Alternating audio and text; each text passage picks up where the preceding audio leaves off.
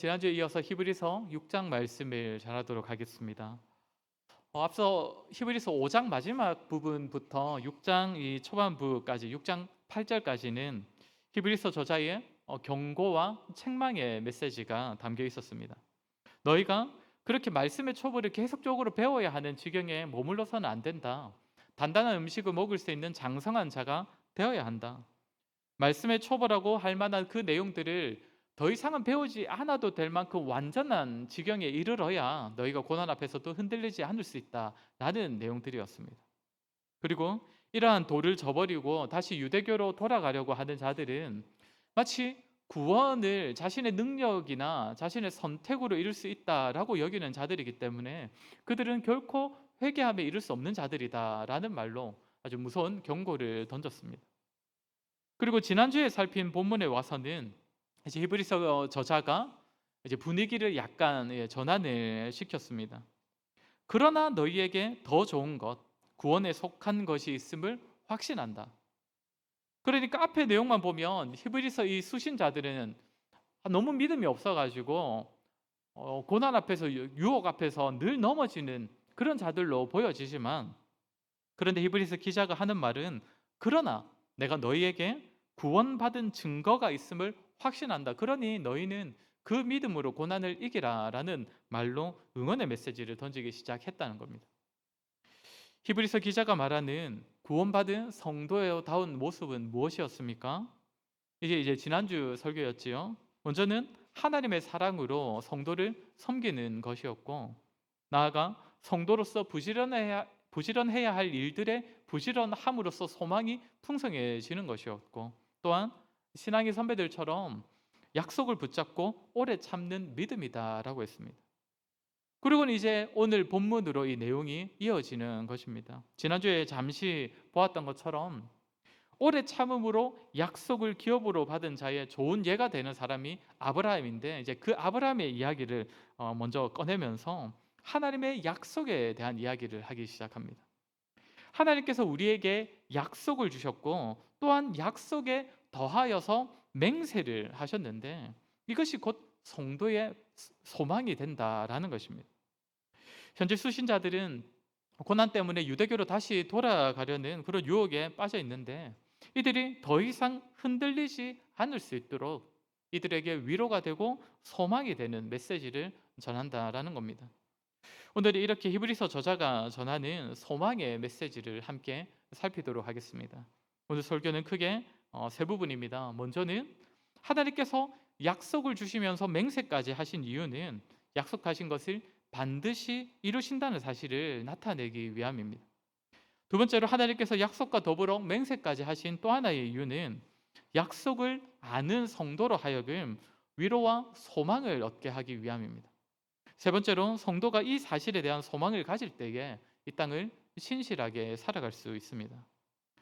우리 먼저 하나님께서 약속하신 것을 반드시 이루신다는 사실을 나타내시기 위해 맹세까지 하셨다는 사실을 우리 아브라함의 생애에서 우리 좀 한번 확인하는 시간을 가지도록 하겠습니다. 오늘 보면 13절부터 15절 말씀 우리 같이 읽도록 하겠습니다. 오늘 본문입니다. 13절부터 15절 시작. 하나님이 아브라함에게 약속하실 때에 가리켜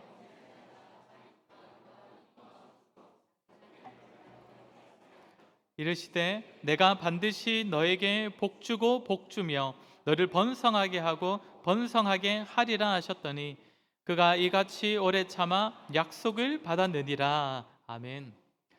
13절을 보면 하나님께서 아브라함에게 약속하실 때에 약속만 하신 것이 아니라 맹세까지 더 하셨다라고 말하고 있습니다.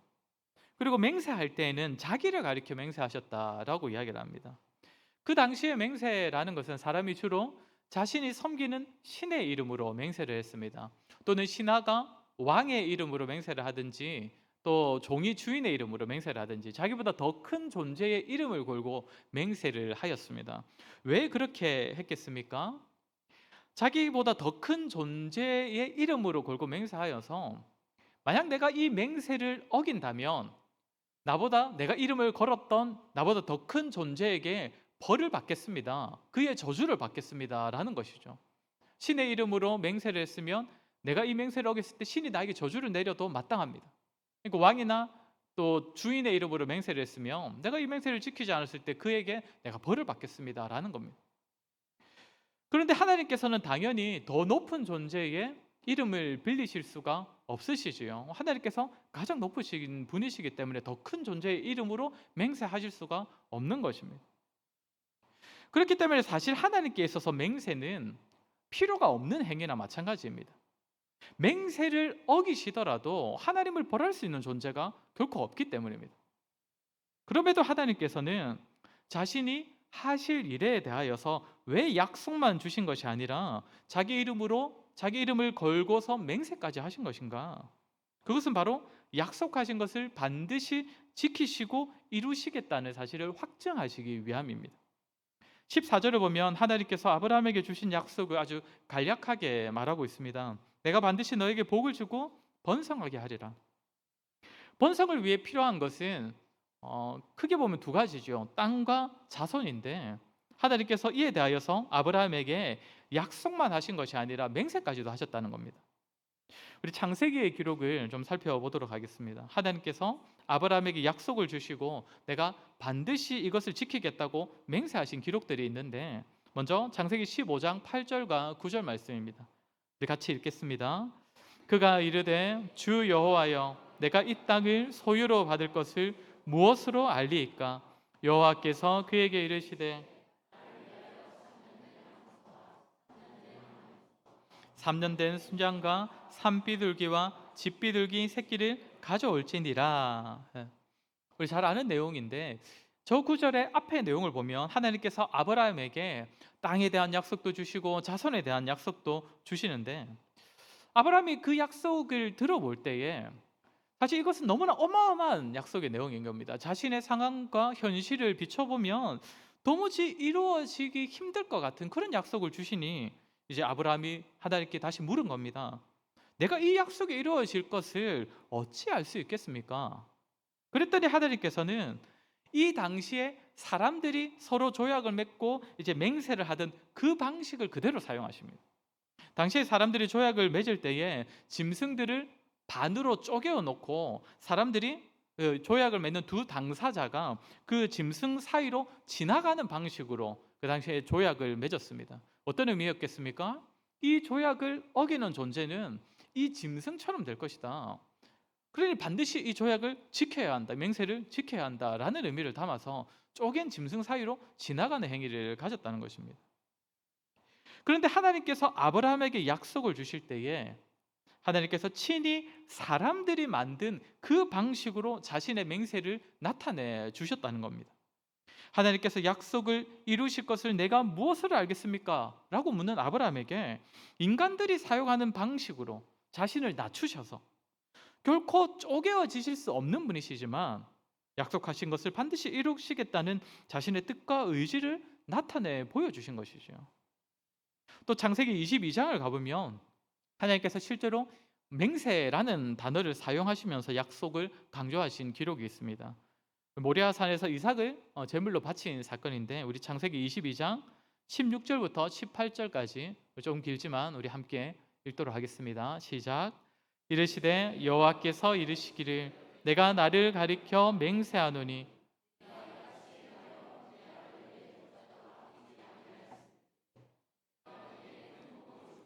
내 씨가 크게 번성하여 하늘의 별과 같고 내 씨가 그 대적의 성문을 차지하리라. 또 내 씨로 말미암아 천하 만민이 복을 받으리니 이는 네가 나의 말을 준행하였음이니라 하셨다 하니라. 아멘. 하나님께서 자신을 가리켜 맹세하십니다. 내가 나를 가리켜 맹세하노니. 하나님께 드림에 있어서 독자까지도 아끼지 아니한 아브라함에게 하나님께서는 이미 주신 약속들이지만 다시 한번 내가 내 이름을 걸고 내가 약속한 것을 반드시 이루겠다라고 맹세하신 것입니다. 네 자손이 하늘의 별과 같이 많아질 것이고 내 씨가 대적의 성문을 차지하게 될 것이다.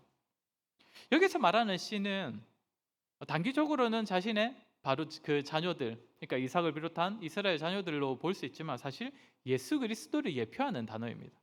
그 씨로 말미암아 천하 만민이, 그러니까 아브라함의 혈통적 후손들만, 그 이스라엘만이 아니라 천하 만민 모든 민족이 하나님의 복을 누리게 될 것이다라고 약속하셨고 맹세까지 하셨다는 것입니다. 이처럼 하나님께서는 아브라함에게 약속만 하시지 않고 약속과 더불어 맹세까지 하심으로써 그 약속하신 것을 반드시 이루신다라는 사실을 강조하셨는데, 그 약속들은 실제로 역사 가운데 다 이루어졌지요. 아브라함의 자손은 애굽에서 이스라엘이라는 나라로 성장하였고 말 그대로 번성하였고, 또 그들은 가나안 땅을 차지하게 되었습니다. 땅에 대한 약속도 이루어졌습니다. 신약 시대에 예수님께서 아브라함의 후손으로 오셔서 이제는 이스라엘을 넘어서서 모든 민족이 예수 그리스도로 말미암아 하나님의 복을 누릴 수 있게 되었습니다. 이처럼 오늘 히브리서 기자는 먼저 하나님께서는 약속과 더불어 맹세하신 모든 것들은 반드시 이루어진다라는 그 사실을 말하고 있습니다. 아브라함에게 주신 약속이 그 어느 것 하나 틀림없고 또 취소됨 없이 완전히 이루어졌다라는 그 사실을 말하면서, 그렇게 오늘 우리에게 주신 약속과 맹세도 반드시 성취될 것이라는 사실을 믿기를 요구하고 있는 것입니다. 사랑하는 성도 여러분, 하나님께서 우리에게 주신 약속들 또한 맹세하신 모든 것들은 이미 이루어졌거나 또한 앞으로 반드시 이루어질 사실로 믿으시기 바랍니다. 아브라함에게만이 아니라 성경 인물들에게만이 아니라 저와 여러분에게도 주신 약속들이 많고 그 약속들마다 맹세까지 더하신 내용들이 결코 적지 않습니다.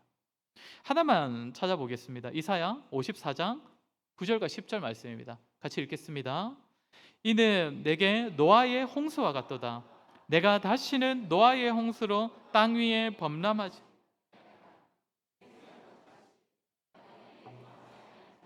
너를 책망하지 아니하기로 맹세하였노니 산들이 떠나며 언덕들은 옮겨질지라도 나의 자비는 네게서 떠나지 아니하며 나의 화평의 언약은 흔들리지 아니하리라. 너를 긍휼히 여기시는 여호와의 말씀하시느니라. 아멘. 하나님께서는 노아 홍수 때에 물로써 사람들이 심판하신 이후에 내가 노하더라도 다시는 그와 같이 심판하지는 않을 것이다 라고 맹세하셨다라고 합니다. 이사야 선지자는 그 하나님의 맹세를 인용하면서 하나님께서는 우리를 향하여도 때때로 우리를 벌하시고 우리를 징계하실지라도 우리를 향한 자비와 긍휼은 결코 거두지 않으신다라고 말하고 있습니다. 왜 그렇습니까? 하나님께서 약속하셨고 맹세까지 하셨기 때문이다라고 말하고 있습니다. 그렇게 저와 여러분도 마찬가지지요. 하나님께서 때로는 우리를 내버려 두시는 것처럼 보여지더라도 우리를 향한 자비와 긍휼은 결코 취소될 수 없습니다. 끝까지 베풀어 주셨습니다. 베풀어 주십니다. 하나님께서 우리에게 친히 맹세하여 주셨으니 반드시 지키실 줄로 믿으시기 바랍니다. 이제 두 번째로 하나님께서 약속과 더불어 맹세하신 이유는 그 약속을 받은 자들을 위함입니다. 그러니까 약속을 말씀해 주신 자들을 위한. 16절을 보시면 사람들이 더 큰 자를 향하여 이제 맹세를 한다라고 하는데, 그 맹세는 다투는 모든 일의 최후 확정이다라고 말하고 있습니다. 그러니까 사람들끼리 하는 맹세도 그 효력이 결코 작지는 않다라는 것입니다. 그러니까 특히 다투는 자들에게 있어서 어떤 다툼이 발생했을 때 나는 맹세코 그 잘못을 하지 않았다. 난 그런 짓을 하지 않았다. 또는 어떤 다툼이 있을 때 내가 맹세코 언제까지는 내가 약속한 것을 반드시 지키겠다라고 말을 하면 또 사람들도 그 맹세 때문에 좀 이렇게 봐주기도 하고, 맞죠? 다투다가도 좀 참아주기도 하고 그렇게 하지 않습니까? 그러니까 사람들끼리의 맹세도 효력은 크다라는 겁니다. 그런데 여기서 사람이 하는 맹세는 사실 다 누구를 위한 겁니까? 상대방의 믿어지게 하기 위함인데 결국은 자기를 위함입니다. 상대방이 나를 믿도록 만들게 하기 위하여서 맹세를 하는 것이죠. 다 자기를 위함이라는 겁니다. 그런데 하나님의 맹세는 그렇지 않습니다. 하나님께서 약속과 더불어 맹세까지 하시는 것은 단지 하나님 자신이 사람들에게 더 믿음직스러운 존재가 되시기 위함이 아니라는 겁니다. 앞서도 말씀드렸다시피 하나님께서는 맹세가 필요하신 분이 아니십니다. 약속만 주셔도 충분하고, 사실 그런 약속들을 주시지 않아도 할 말이 없는 존재가 바로 우리와 같은 인간 아닙니까? 그러나 하나님께서는 우리를 위해서 약속과 더불어 맹세까지 하십니다. 우리 17절을 먼저 같이 읽어보겠습니다. 17절입니다. 오늘 보면 17절 시작. 하나님은 약속을 기업으로 받는 자들에게 그 뜻이 변하지 아니함을 충분히 나타내시려고 그 일을 맹세로 보증하셨나니. 뭐라고 합니까? 약속을 받는 자들에게 충분히 나타내시기 위해서, 특별히 하나님의 뜻이 변하지 않는다는 사실을 풍성하게 나타내시기 위해 맹세라는 방법을 사용하셨다라는 것입니다. 앞에서 보았던 것처럼 하나님께서는 아브라함에게 약속을 주실 때에 맹세를 더하심으로써 하나님께서 약속하신 것을 반드시 이루신다, 약속하신 것은 반드시 이루어진다는 사실을 나타내셨습니다. 그것은 누구를 위한 것입니까? 아브라함을 위한 것이지요. 아브라함이 하나님께 이 약속들이 반드시 이루어질 것을 내가 어떻게 알겠습니까? 뭔가 조금은 불안함이 있으니까 그런 말을 했을 것인데, 그에 대하여 하나님께서는 맹세로서 응답해 주신 것입니다. 그러니 하나님의 맹세는 하나님 자신을 위해서가 아닙니다. 하나님의 약속과 맹세를 더불어 받은 사람을 위함입니다. 그러면 더 나아가서 약속과 맹세를 통해 하나님의 뜻이 변하지 않는다는 사실을 사람에게 나타내어 주시는 이유가 무엇인가? 18절을 같이 읽도록 하겠습니다. 18절입니다. 시작. 이는 하나님이 거짓말을 하실 수 없는 이 두 가지 변하지 못할 사실로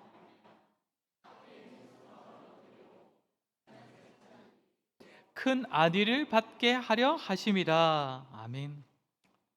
이는 하나님이 거짓말을 하실 수 없는 이 두 가지 변하지 못할 사실로 말미암아, 이 좀 약간은 헷갈리게 번역이 되어 있는데, 쉽게 말하면 먼저는 하나님께서는 결코 거짓말을 하실 수 없는 분이시다, 이 말을 먼저 하는 것이고, 그렇기에 이 두 가지는 결코 변할 수가 없다, 바뀔 수가 없다라고 말하는 것인데, 여기서 말하는 두 가지는 앞에서부터 계속적으로 말하고 있는 약속과 맹세입니다.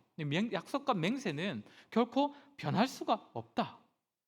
하나님께서는 결코 거짓말을 하실 수 없는 분이시기 때문에 약속하신 것이든 맹세하신 것이든 이 두 가지는 결코 바뀔 수가 없다는 것입니다. 하나님께서 한번 선포하신 것은 반드시 지켜질 수밖에 없고 이루어질 수밖에 없다는 것이지요. 하나님은 거짓을 말할 수 없는 분이시기 때문입니다. 그리고 하는 말이 무엇입니까? 이 사실로 말미암아 앞에 있는 소망을 얻으려고 피난처를 찾은 우리에게 큰 안위를 받게 하려 하심이라. 이 사실로 말미암아, 즉 하나님께서 약속하시고 이에 더하여 맹세까지 하셔서 우리에게 주신 약속들은 결코 바뀌지 않을 것이고 반드시 이루어질 것이라는 사실을 나타내신 이유는 이 사실로 말미암아 소망을 얻고 나아가 안위를 받게, 즉 위로를 얻게 하기 위함이다라는 것입니다. 거짓이 없으신 하나님이시기에 하신 말씀은 반드시 지킬 수밖에 없는 하나님이시기에 우리에게 주신 모든 말씀들, 그 약속들은 반드시 이루어질 것임을 기억하여서 그 사실로 소망과 위로를 삼으라는 것입니다. 사랑하는 성도 여러분, 거짓을 말할 수도 거짓을 행할 수도 없으셔서 한번 하신 말씀은 반드시 지키실 수밖에 없는 하나님께서 저와 여러분을 위해 우리에게 주실 것들을 약속으로도 말씀하셨고 또한 그 약속의 맹세까지 더하여 말씀해 주셨음을 믿으시기 바랍니다. 거짓이 없으신 분이시기에 그렇게까지 하실 필요가 없으시지만 연약한 우리를 위해 그렇게 하신 것입니다. 하나님의 약속 안에서 소망을 가지도록, 그 약속이 반드시 이루어질 것을 믿는 믿음으로 고난 가운데서도 위로를 얻을 수 있도록. 특별히 18절에서는 피난처라는 단어를 사용하고 있습니다. 사람마다 소망을 얻으려고 피난처를 찾는다라고 하는데, 성경에서 말하는 피난처는 구약시대의 도피성을 떠올리게 하는 단어지요. 도피성은 어떤 곳입니까?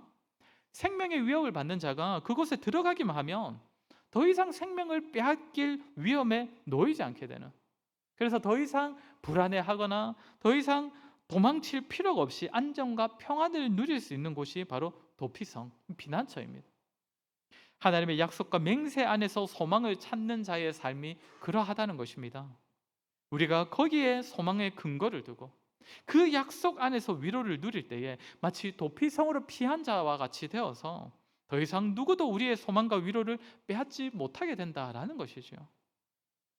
이제 마지막 세 번째로 그렇기 때문에 이렇게 하나님의 약속과 맹세 안에서 소망을 가진 자는 결코 흔들리지 않고 이 땅을 신실하게 살아갈 수가 있는 것입니다. 우리 19절과 20절 말씀 같이 읽도록 하겠습니다. 19절 20절입니다. 시작. 우리가 이 소망을 가지고 있는 것은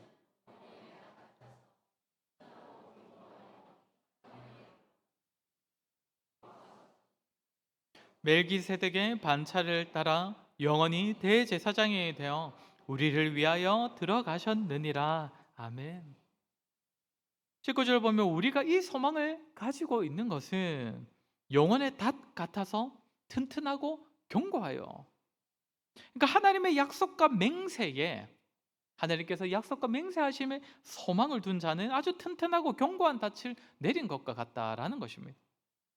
제 아무리 바다가 출렁거려도 아주 튼튼하고 견고한 닻이 내려져 있다면 있어야 할 자리를 결코 떠내려가지 않을 수가 있지요. 있어야 할 자리를 반드시 지킬 수가 있는 것입니다. 성도가 하나님의 약속과 맹세에 소망을 두는 것이 마치 이와 같다는 것입니다. 삶이 늘 큰 파도가 넘실거리는 것 같은 그런 고난과 역경의 연속이라 하더라도 하나님의 약속과 맹세에 대한 소망의 닻을 내린 성도는 결코 흔들리지 않는다는 것. 고난 앞에서 유대교로 지금 다시 돌아가려고 하는 그 자들이 이 소망의 닻을 내리고 있다면 결코 있어야 할 자리를 떠나지 않을 수 있다라는 것입니다. 나아가 이렇게 견고한 닻으로 흘러 떠내려가지 않는 자들은 결코 어디에 이른다고 합니까? 휘장 안에 들어가나니라고 하고 있습니다. 이것은 이제 비유지요. 휘장 안은 어디를 말하는 것입니까? 휘장 안은 어디입니까? 지성소를 말하는 겁니다. 지성소. 그러니까 성소 안에서 지성소의 구역을 나누는 곳이 이제 휘장이지 않습니까? 휘장 안으로 들어간다는 말은 바로 지성소 안으로 들어간다라는 말입니다. 그런데 지성소는 어떤 장소입니까? 본래 아무나 들어갈 수 있는 장소가 아닙니다. 그리고 아무 때나 들어갈 수 있는 장소도 아닙니다. 왜 그렇습니까? 하나님께서 임재하시는 장소이기 때문입니다. 구약시대 때 하나님께서 임재하신다고 약속하신 장소가 바로 지성소이기 때문에 아무나 들어갈 수 없고 아무 때나 들어갈 수 없습니다. 죄인인 사람은 그럴 수가 없는 것이죠. 그러나 이제 그리스도로 말미암아 성도된 자들은 어떠하다는 것입니까? 휘장 안에 들어간다는 것입니다. 20절에서 그리스도께서 멜기세덱의 반차를 따르는 대제사장이 되어서 그분께서 먼저 휘장 안으로 들어가셨고 이제 우리도 들어갈 수 있게 하셨다는 겁니다. 그리스도께서 이제 우리가 하나님 앞에 설 수 있는 존재가 되게 하셨다는 것이죠. 그러니까 그리스도로 말미암아 우리는 휘장 안에 들어갈 수 있는 존재, 하나님 앞에 설 수 있는 존재가 되었다는 것인데 사실 그 일이 완전히 일어나는 것은 미래의 일입니다. 아직 일어나지 않은 일이죠. 완전히 일어나는 것은 먼 미래의 일이지만 우리가 이 땅에서부터 이미 하나님 앞에 선자로 살아갈 수 있는 비결이 있으니 바로 그것이 하나님의 약속과 맹세 안에서 소망을 가진 자입니다. 헛된 것에서 소망을 찾지 아니하고 오직 하나님께서 우리에게 약속하신 것과 그 약속을 반드시 이루리라는 그 하나님의 맹세에서 소망을 가지고 있는 자들은 영혼의 견고한 닻을 내려서 이 땅에서부터 이미 휘장 안에서 살아가는 그런 삶을 살게 된다는 것이죠. 세상의 것에 흔들리지 않고 하나님 앞에 똑바로 선 자로 이 땅을 살아갈 수 있다는 것입니다. 그렇기 때문에 사랑하는 성도 여러분, 저와 여러분 우리의 소망을 다른 것이 아니라 하나님의 약속과 맹세하심에 두는 자들이 되었으면 좋겠습니다. 무엇보다 그리스도 안에서 우리에게 주신 약속들이 너무나 많고 풍성한데 그 모든 것이 반드시 이루어질 것을 맹세하셨고 또한 그리스도를 이 땅에 보내어 주심으로써 다시 한번 확증해 주셨으니 이에 대한 소망을 가지시고 이 땅에서부터 하나님 앞에서 흔들림이 없는 자로 살아가시기 바랍니다. 구약시대 때 도피성으로 피하려는 자들이 도피성으로 들어가기까지는 수많은 위험이 도사리고 있습니다. 언제 자신의 생명을 위협하는 보복자들이 자기를 덮칠지 몰라서 늘 불안과 위험에 휩싸여 있을 수밖에 없지만 도피성에 도착하기만 하면 이제는 거기서 참 평안과 위로를 얻게 됩니다. 우리가 이 땅을 살아갈 때에도 우리의 소망을 빼앗으려는 유혹들이 얼마나 많이 있습니까? 한 개혁 신학자가 말하기를 우리가 하나님께 소망을 두지 못하는 이유는 그러니까 우리가 하나님께만 참 소망을 두지 못하는 이유는 다른 것에 더 큰 소망을 두고 있기 때문이다라고 말했습니다. 하나님의 약속이나 하나님의 맹세보다, 또 예수 그리스도보다 이 땅에서 하나라도 더 가지고 하나라도 더 누리는 것에 더 큰 소망을 두고 있기 때문에 결국 하나님께 소망을 두지 못한다라는 것인데, 세상은 끊임없이 그렇게 우리를 유혹하지요. 말씀도 좋고 예수도 좋지만 주변을 돌려보라. 다른 사람들은 모두가 다 다른 소망을 붙잡고 살아가고 있지 않느냐. 그러니 너도 말씀도 좋고 교회도 좋지만 너도 저 사람들과 같은 소망을 붙잡고 살아가야지 하지 않겠느냐. 저 사람들이 가지고 있는 소망 놓치면 어떡하려고 그러느냐. 그러한 유혹은 우리의 삶에서 끊이지 않을 것입니다. 그렇게 우리는 수시로 흔들릴 수 있습니다. 계속적으로 바다 위를漂流하는 것과 같은 삶을 살게 될지도 모릅니다. 우리도 모르게 어느새 우리가 있어야 할 자리를 벗어나게 만들게 하고, 헛된 소망에 닻을, 헛된 소망에다가 우리의 영혼의 닻을 내리게 만드는 그런 세상의 유혹을 끊임없이 만날 것입니다.